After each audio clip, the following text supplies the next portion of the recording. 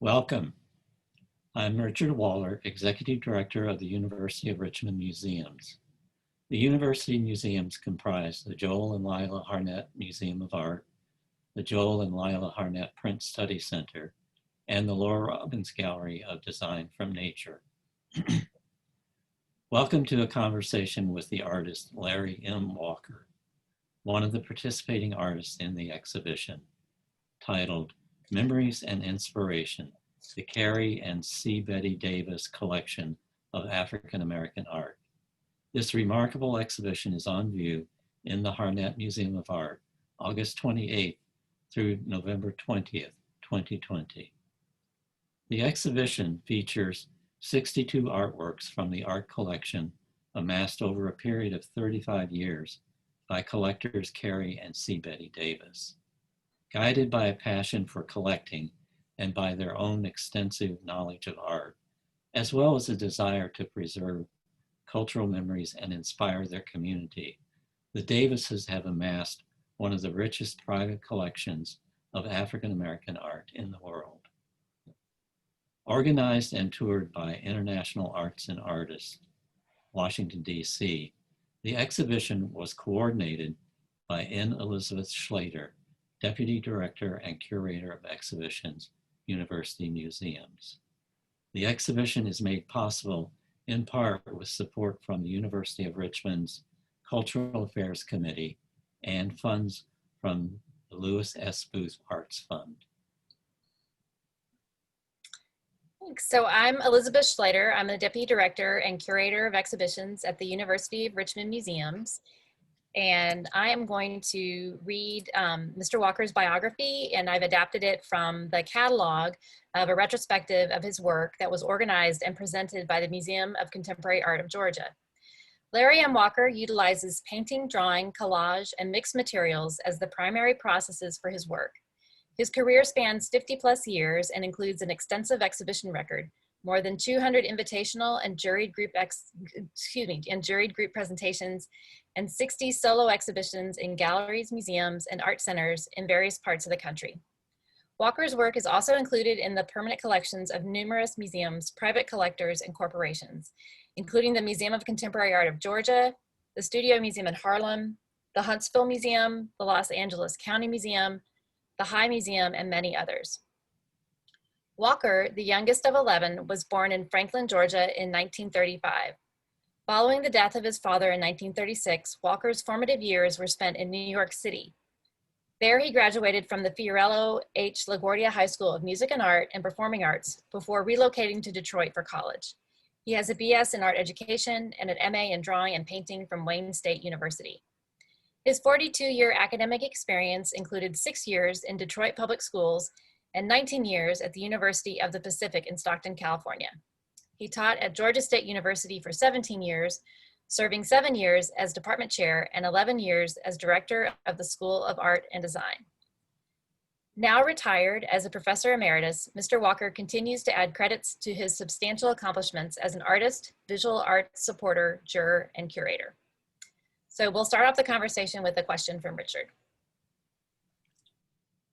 Mr. Walker, do you recall how you got to know Mr. Davis and what inspired your sculpture, Postman, which is in our exhibition? You know, I really don't remember exactly when I met Mr. Davis, but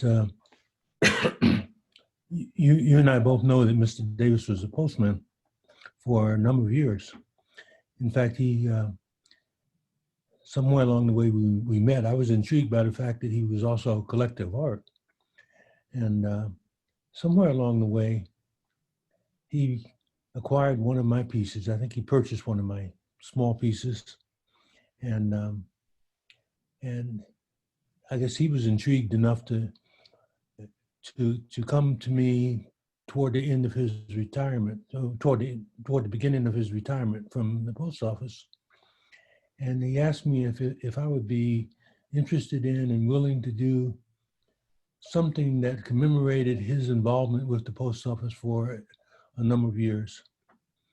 And I was intrigued by that idea, particularly because at the time I was working on a series of simulated telephone poles. A simulated telephone pole is almost like going into an downtown urban environment and finding a telephone pole that's been saturated with posters and things stapled to the pole and so forth for a number of years. So you're left with the remnant of staple marks and staples and remnants of the posters and one poster on top of another poster, and the fact that they've been peeled off or rained on and gotten soaked and they fall off. I was working on a series of those, and to do those, it involved using sonotubes, which are cylindrical cardboard tubes that are used to cast concrete pillars. And I found a company that sold those things, and I bought a few. And what I was doing was I had two 4-foot sections. I put one section on top of the other and connected them so that I had an 8-foot structure and laminated them with posters and all kinds of things. And anyway, at the time that at the time that Mr. Davis came to me with the question of doing something to commemorate his involvement with the post office, it occurred to me that, hey, I could turn one of these into a person. So I took one 4-foot section and I started using telephone. Wow. I started applying things that were related to the post office to that, and eventually, oh, good, that stopped. And building it up from there. And at some point, it occurred to me I needed to get some materials from Mr. Davis. So I asked him if he would be willing to supply me with a postman's hat and maybe gloves or a jacket that he uses during his days in the post office, which he did. And I also took a photograph of him. And as it developed, the photograph of Mr. Davis, my wife developed it for me and blew it up to approximately the size of his head. And that was put under a kind of a mask that was connected to the hat. So he became a small icon, and it kind of represented his involvement with the post office over a number of years. He had letters stuffed in his pockets and in his hands, and he had all kinds of things that related to the post office. And when he saw it, he was both surprised and I think maybe a little disappointed. I'm not sure he was disappointed, but he was certainly surprised because he had not expected it would be a sculpture. He was thinking it might be a painting or something that I was going to do. And he said he took it home and he had it sitting in the house. And when his wife came home, she screamed. She didn't know what the heck that was. It just happened to be in the house when. So after they got calmed down over that, I think they started embracing the idea that it really was kind of not only a fun thing, but a kind of an important part of their collection, because in fact it does represent a lot of what he was about for a number of years. I don't know if I answered your question or not, but I was close, I think. I think you did. Yes, very much so. How did you come around to the role of the wall that appears in so much of your work? I believe the wall series started in 1970, 71. Well, actually, it may have been a little later than that, but it grew out of another series I was working on before that. At one time, I was doing a series of things, I called it the Remnant series, the little collage pieces of things that I'd find laying around, cigarette packages or part of a newspaper or whatever would get stuck into a painting that was fairly abstracted. The painting was fairly abstract. They had this little thing stuck into it. And some of that influence, I think, was there from looking at American artists from over a period of time, like Rauschenberg, several other artists, but I was using it, I call it the Remnant series. Well, that grew it went from the Remnant series to the Truck series. I'd drive along on the freeway and I'd be behind a large semi truck, and the truck would have information on it, like posters or the name of the truck or something of that nature. And it occurred to me that the truck was articulating something that had to do with what it was about. At the same time, it was carrying something that had to do with mankind. So the interior, exterior aspect of the truck became kind of intriguing. And that related to me to the whole notion of concerns that I had about another series I had been working on, interior, exterior of men, women, and so forth. You know, kind of a positive, negative thing, interior, exterior, dark and light. It was all kind of mixed together. And somehow, as I started thinking about all of this and trying to figure out where does this stuff come from, it occurred to me that that some of the things that related to the Remnant series must have come out of my experience in New York. I grew up from age 6 to 17 in Harlem, and the business of seeing posters, telephone poles connected, you know, so saturated with posters and all kinds of things, covering walls and graffiti marks on buildings and so forth, became kind of important. So I decided I would visit New York again. I went to New York in excuse me, I think it was 1982. I went to New York, and I trying to retrace some of my steps as a youngster. And I found that indeed there was some connection between what I was seeing on walls and what those walls meant to me in terms of being a structure that kept you out, as well as a structure retained something on the interior, on the inside. So I started a series of called the Wall Series, and the name Wall Series didn't really occur until 1982. But the things that led up to that got me to that point.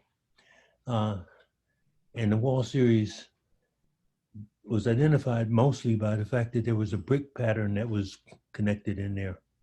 The brick pattern was applied in a variety of ways, and that went on for a number of years. And then I think in the 90s, there was the introduction of a shadow walking across the space.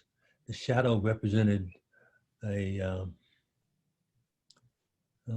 person who was in some kind of trouble. They were either ill, they were homeless, they were lacking money, lacking food, lacking something.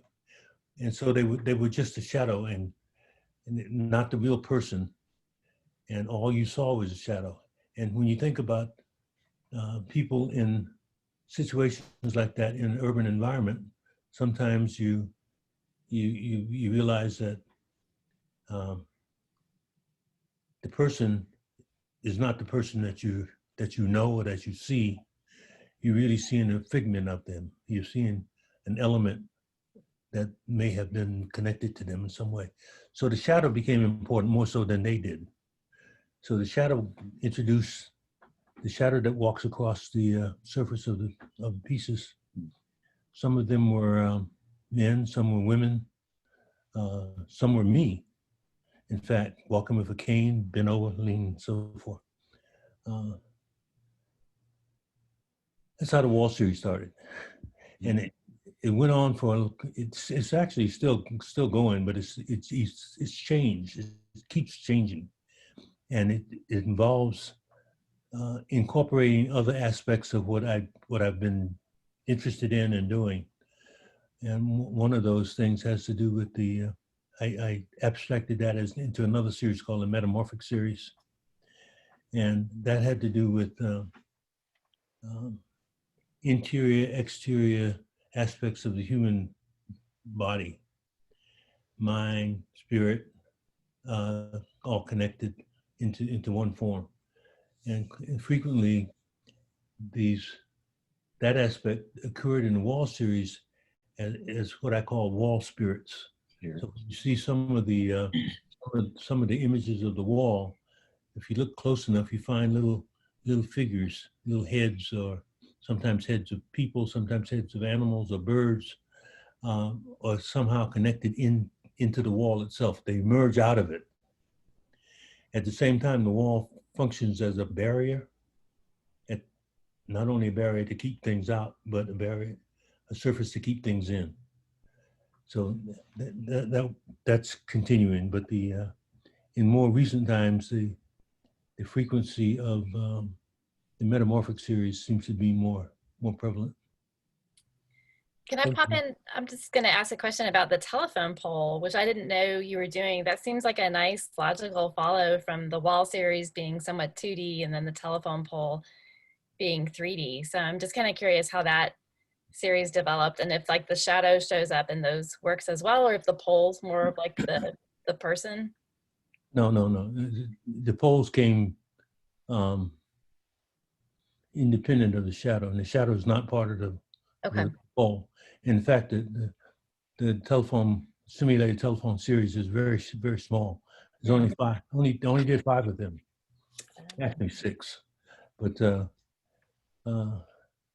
I came to the realization somewhere along the way that it's difficult to deal with those. Nobody wants to buy or have a 6 foot, an 8 foot telephone pole, all kinds of images on it and words and stuff. I had another series that was going on that also I discovered no one really wanted. At one time I had a gallery that was in Santa Fe, New Mexico, and I started a series that was based on the Saguaro cacti, and that was called the Saguaro Spirits series. And that happened because on one occasion I was out west, and I was in Arizona and New Mexico and so forth, and I came across a place called the Saguaro Cacti Forest, and we went to visit that, and for the first time I saw a cactus that was in a decaying stage. They call it dying stage. And I stood there next to one, looking up at it, because they grow pretty tall. They're like, 20 some odd feet high or more.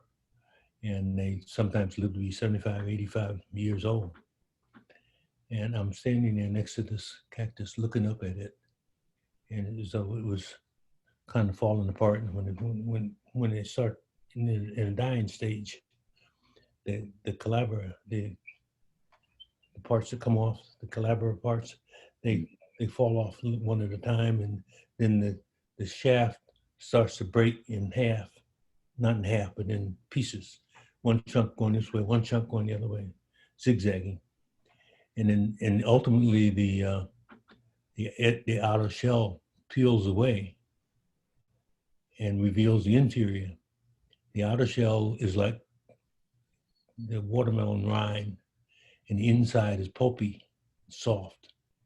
So I'm looking up at this thing, and it's looking down at me, and it's dripping, and it's looking sad and lonely and stuff.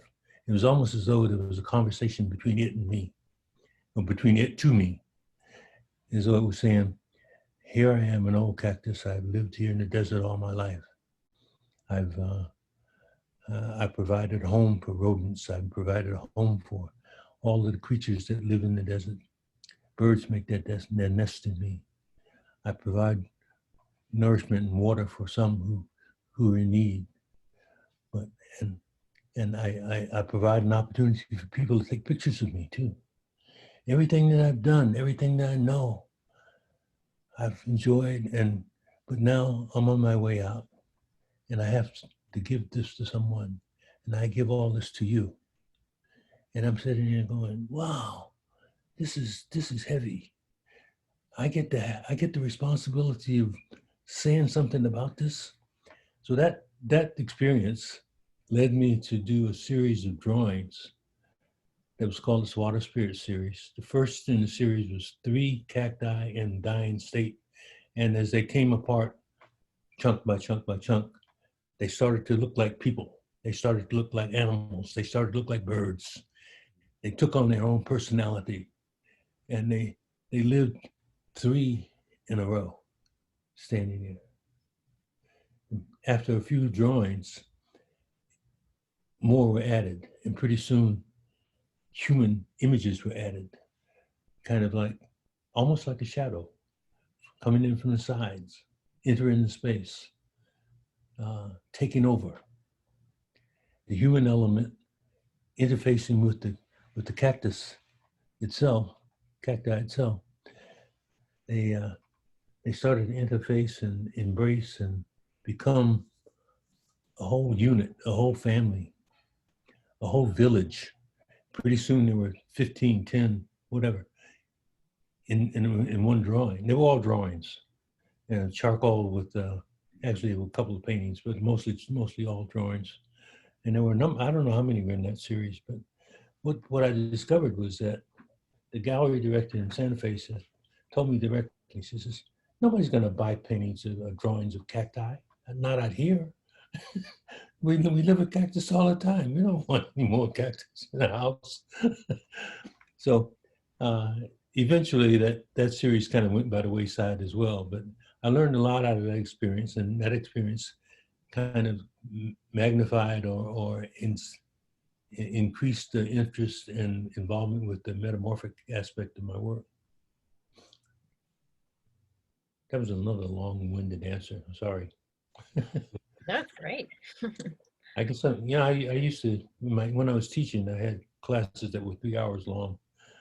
So every time I go someplace, every time I start talking to somebody, I go on and on and on and on. And hopefully somebody will stop me. That's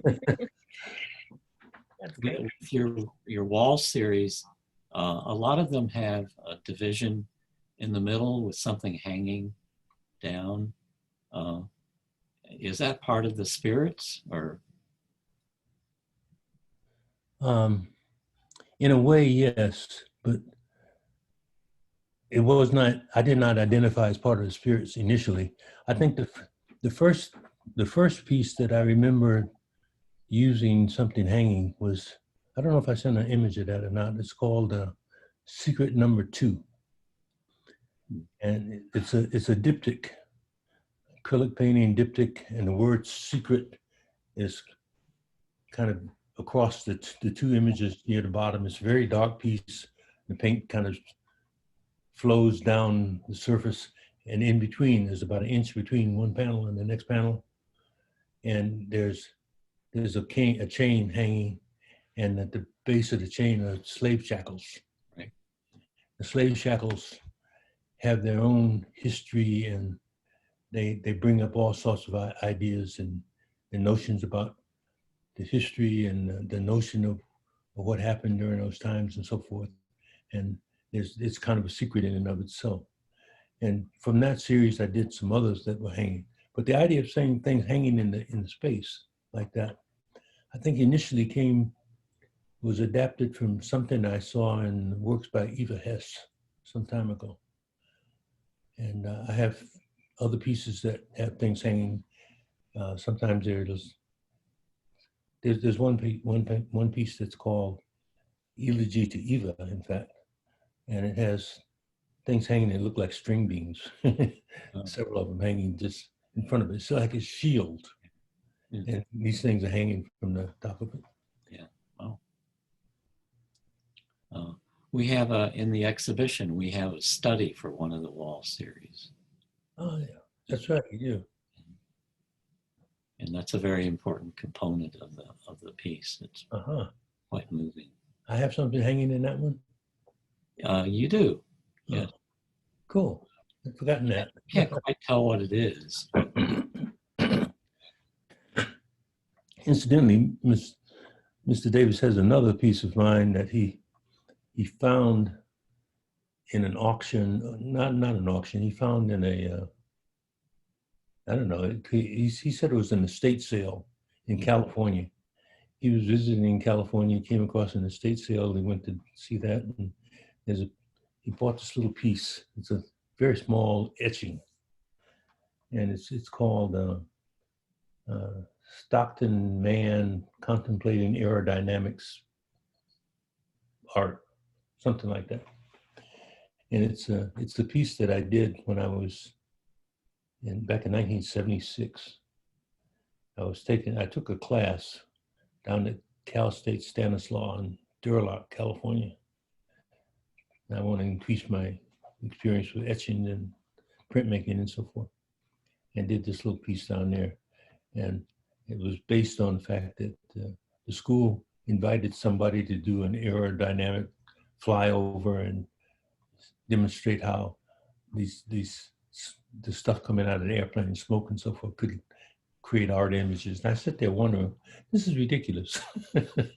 You know, sitting there, there's a whole crowd of students outside watching these planes fly by with smoke coming out. And it inspired this particular etching of Stockton Man contemplating aerodynamic space. Anyway, he found this little etching and purchased it. And he called me sometime after that and says, "Did you do an etching call?" And I said, "Yeah, I did. But how'd you come across that?" That was amazing. He couldn't quite remember who he got it from, but I have a suspicion. All right. Well, I'm going to go ahead. We're actually coming around to the end, so I'm going to go ahead and ask the last question. Let me ask one more question. Oh, okay. Well, yours can be the last question. That's fine. No, I want yours. But we have one. What thoughts do you have about offering advice to younger or emerging artists working today, especially artists of color? Well, I think artists in general, particularly artists in color, as well as all other artists, need to gain as much experience as they can in terms of learning their craft, learning their what they need to know about design and color and so forth. But they also need to listen to their heart. They need to listen to themselves. They should take classes. They should listen to the instructor and take everything the instructor says and let it go through their own personal sifting around and add their own things to it, or take away those things that don't fit, so that by the time they finish school and they're out there in the world, or even if they didn't go to school, by the time they have finished this search and this investigation, what they should come out with is a statement of who they are, what they're about, and they should look for that and don't give it up. No, don't let art schools ruin you, and at the same time you surely need them to learn a lot about what happened in the past, what artists do, how they think, what they feel, etc. No, but they can't feel what you know and what you felt. They can't know what you've known. Okay, yeah. That's probably enough. That was great. Actually, that relates to the question I was going to ask, which is, you know, you've obviously had a really long career as an educator, and wondered if you could talk about how being a lifelong educator influenced your own art, both technique-wise, content-wise, you know, how that advice you're giving students maybe played into your own development. Well, I think I probably learned a whole lot from my experience in school. By the time I graduated from high school, people asked me, what are you going to do now? Are you going to go to college? I said, I don't know. Maybe I'll join the Army. Maybe I'll keep working in the supermarket where I was working at the time. No, you should go to college. So eventually, my older brother, everybody was older than I was. My brothers convinced me that I should move to Detroit, live with him, and I could go to Wayne State University. I said, okay, I don't have anything else to do. I may as well do that. So I went to Detroit, and when it came time for school to start, I went down to Wayne State University and said, okay, here I am. And they said, who are you? I said, Larry Walker. I'm here to go to school. It's your school. Oh. I said, well, where's your paperwork? I said, what paperwork? I don't have any paperwork. I said, you don't have any paperwork? You didn't apply? No, and what do I need to do? So it's kind of late now. You can't just walk in here and go to school. You're gonna have to take an entrance exam. It's okay. Where's the entrance exam? So they gave me the entrance exam, and I went off and I took it and did that. And so when I get the results back, so they said we'll call you the next week and you come in. And so I went back the next week and they said, we're sorry, you can't go here. You didn't pass the test. I said, what? I told all my friends in New York I was going to go to your school, and now you tell me I can't go? Why can't I go? You didn't pass the test. So what can I do now? And they said, well, you can go to a junior college, or you can come back and take the test another time, etc. And so where's the closest junior college? They told me, so I went there. I said, okay, I have to go here because those people at Wayne State said I can't go there. I went to that school and I ran into Sarah Miles. She was the advisor and the art teacher and so forth.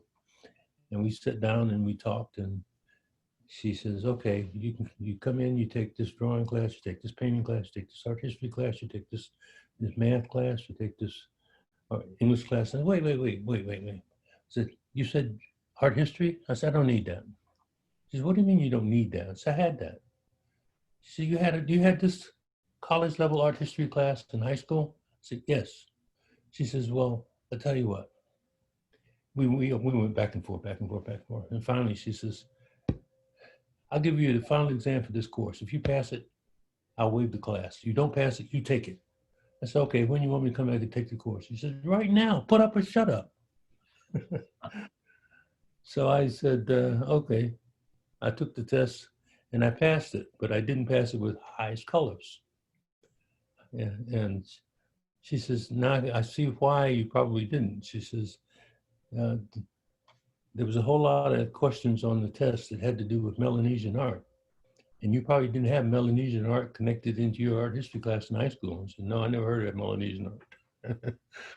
So she and I then had a conversation that we could both tolerate. We could both listen to each other and so forth. And she became my mentor, and she encouraged me, and two other guys who were in the class, Richard Iskanian and Robert Weil, where she arranged to get the three of us into one little space so we could feed off each other. And we did that. And Richard, we all wound up going to Wayne State University the next year too. And Richard became a major high school art teacher, and then I lost track of him. I don't know what happened. I started teaching in elementary school in Detroit after graduating. Robert Weil eventually wound up teaching at Michigan State as a sculptor instructor. And I taught, I went from elementary school to high school to college. I never, in my early days, I never planned on being a teacher. I never planned on going to college, not really, to be a teacher at any rate. I just wanted to learn more about art. But I learned a whole lot from a lot of different teachers. I also learned a lot from my experience working in A&P supermarket. You notice I have on a tie. That's right. And there's something I picked up at A&P supermarket. Oh. You had to wear a shirt and a tie when you worked at the store, you know. But I did a lot of things at store. I was in touch with customers. I was put stock on the shelves. Another point I was running the cash register. Another point I was doing something else, and So on a certain day, I was in charge of unloading the truck. The truck would come, and the crew from the market would meet the truck at the back door, set up a conveyor belt, and the driver would put the merchandise on the conveyor belt. And you'd have to take it off the conveyor belt. And so I was doing that, you know. And then they called me up to come work the register because they need someone up front. So I'm sweating, and I got my shirt's coming apart, and my tie is off, you know. I go up front, my shirt's out of my pants and everything, and I go up front, and the manager looks at me and he says, "Is this the way you want your customer? Is this the way you want your public to see you?" That's all he said. And I still remember that. And I decided somewhere along the way that I did not want my public to see me that way. So even when I was director of the School of Art and Design, some of the faculty would ask me, "Why do you wear a tie all the time?" Why? I said, "It's just normal." Anyway, sorry about that. I went off on a tangent. Yeah, that was great. Well, you've been very generous, both with your time and your stories, and I know you've given me some insight into more about your career and about the work, which is really helpful. So I'm just going to wrap this up by saying that this is one of a series that the University Museums is conducting with interviews of artists in the exhibition Memories and Inspiration.